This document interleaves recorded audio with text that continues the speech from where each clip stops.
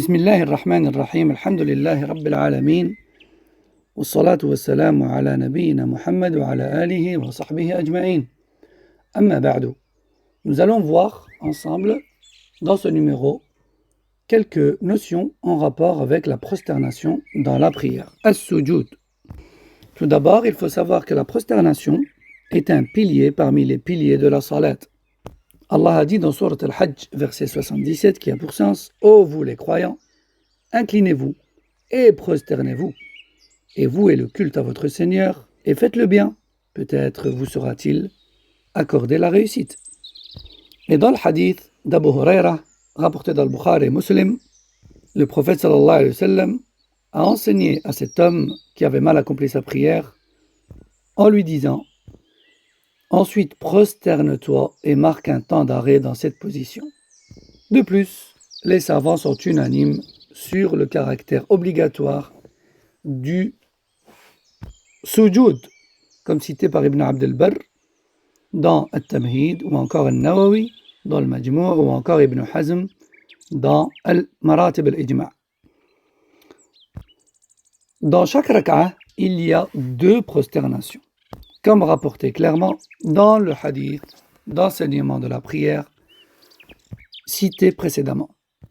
Et là-dessus également, il y a unanimité des savants, comme cité par Ibn Hazm dans Maratib al-Ijma', ainsi que le Haytami dans Tuhfat al-Muhtaj, ainsi que Al-Ramli dans Nihayat al-Muhtaj. Voyons à présent les membres sur lesquels nous devons nous prosterner, dit autrement, les points de prosternation. Il est obligatoire de déposer 7 points de notre corps au sol durant toute la prosternation. Tout d'abord, le front et le nez, qui ne font qu'un. Ensuite, les 2 paumes, les 2 genoux, les 2 bouts de pied. Et tel est l'avis de l'Hanabila, ainsi que l'avis le plus juste chez Shafi'iyya. C'est également un avis chez le Malikiyya, et c'est ce pourquoi a opté Ibn Hazm, Ibn Baz et Ibn Uthaymin.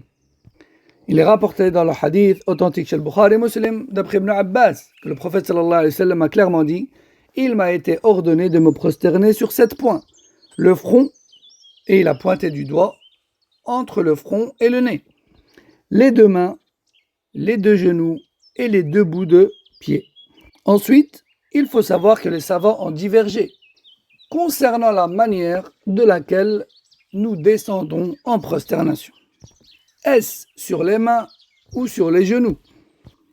Premier avis, il est recommandé de déposer en premier les genoux. Et tel est l'avis de la majorité parmi le Hanafiyya, le Shafi'iyya ou le Hanabila. C'est l'avis pour lequel a opté Ibn al-Mundhir, Ibn al-Qayyim, Ibn Baz, Ibn Uthaymin.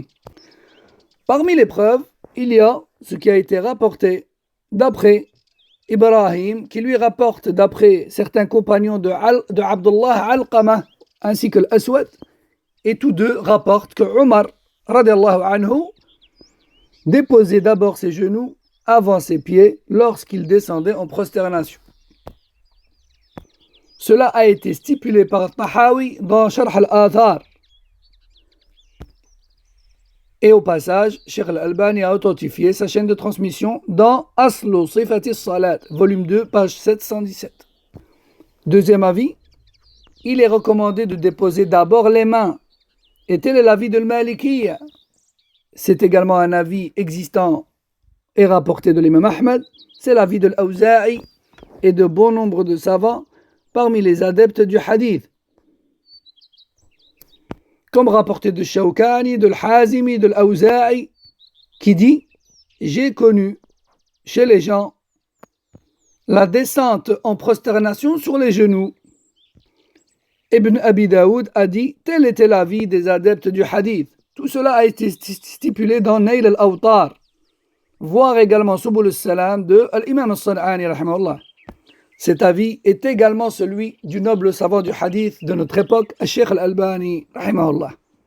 Il est rapporté d'après Nafi' que Abdullah ibn Umar, radiallahu anhu, déposait ses mains avant ses genoux, au sol.